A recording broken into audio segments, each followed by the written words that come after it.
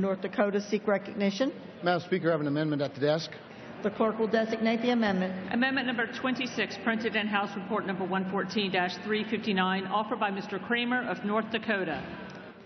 Pursuant to House Resolution 552, the gentleman from North Dakota, Mr. Cramer, and a member opposed. Each will control 5 minutes. The chair recognizes the gentleman from North Dakota. Thank you, Madam Speaker. Madam Speaker, this amendment simply authorizes the voluntary, and I stress voluntary, vegetation management within 150 feet of the exterior boundary of the right-of-way near structures on U.S. Forest Service land.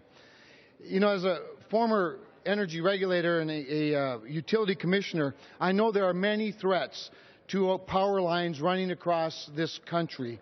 And most of the time, this comes down to vegetation, as odd as it might seem, but especially in areas where there are a lot of trees and that are remote areas hard to get to.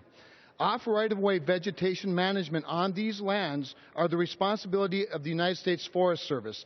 But for any number of reasons, they aren't conducting this critical work to ensure the reliability of our electricity. Utility companies don't want to do the work off their right-of-way due to the lack of clarity in their legal liability or a strict liability standard. This amendment provides that legal certainty and holds the utilities accountable for gross negligence or criminal misconduct.